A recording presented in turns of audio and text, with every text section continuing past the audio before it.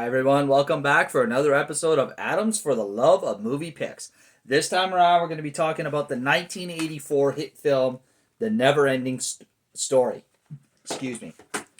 Now, this video I was asked to do by my Aunt Chris for my cousin Sean, because apparently this is one of his favorite movies of all times. So here you go, Sean. This one is for you.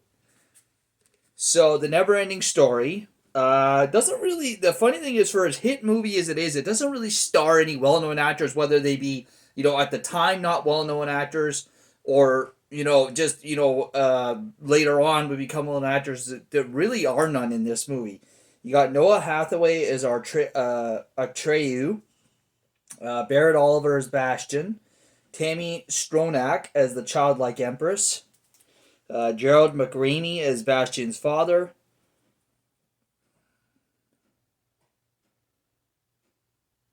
Deep Roy as Teeny Weeny. Moses Gunn as Carry On.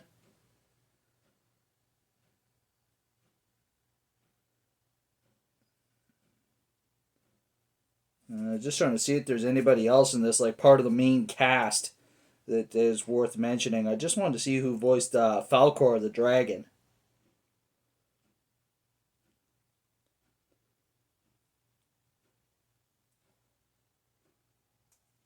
It was Alan Oppenheimer. He actually did four of the voices in this. He did the Rockbiter, the Falcor, Gamork, and the narrator.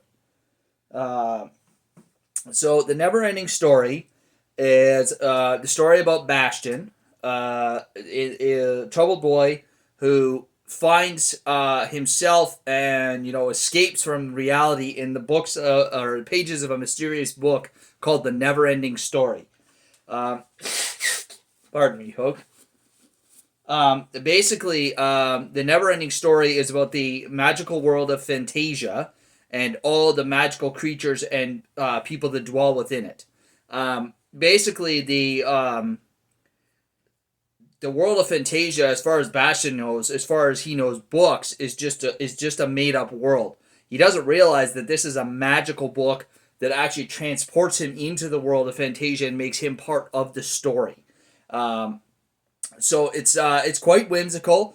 I think the fact that it was done in 1984 actually lends to it because it's a lot of practical effects. I think it's more, this type of movie is more suited for that era. I think you could do a Never-Ending Story in the modern era, but I just don't think it would have quite the charm that it has as being done in 1984. So this movie, I mean, obviously, like I said, it's a favorite of my cousin Sean's. It was made before both of us were even born, but we've watched it, growing up as kids. It was available on videos, obviously. We both watched it. I loved this movie as a kid, and so did my cousin Sean, and a lot of other kids I know of that grew up with this movie. It's just a fantastical, whimsical, magical adventure of a movie. It's a very simplistic storyline to follow. It's quite well done in the costume aspect, the characters, the originality of it. It's quite impressive. All the characters that they have managed to come up with and the different creatures that they created.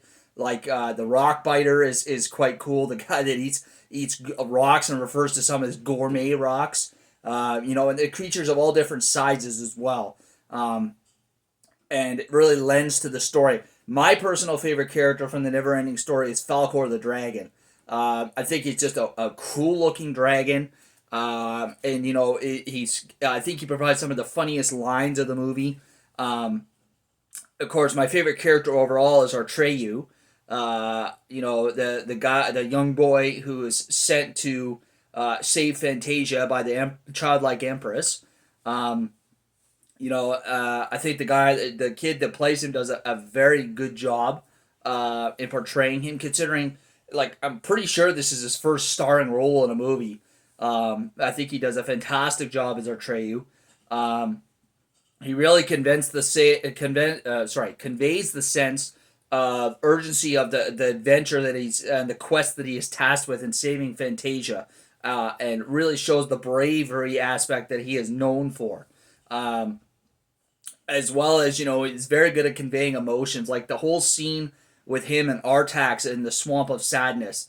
You really feel the emotion from him when his best friend is dying in the Swamp of Sadness. That's another thing about this. As far, for the most part, this is a child, not a child movie, but a kids film for the most part. I mean, it's a family film as well, but it's more geared towards kids. But there are some serious notes to this movie, like that scene with Artreyu and Artax in the Swamp of Sadness, as well as I'll be honest with you. So the creature Gamork, the big wolf thing, like as a kid, that thing scared the hell out of me. That thing was freaky looking.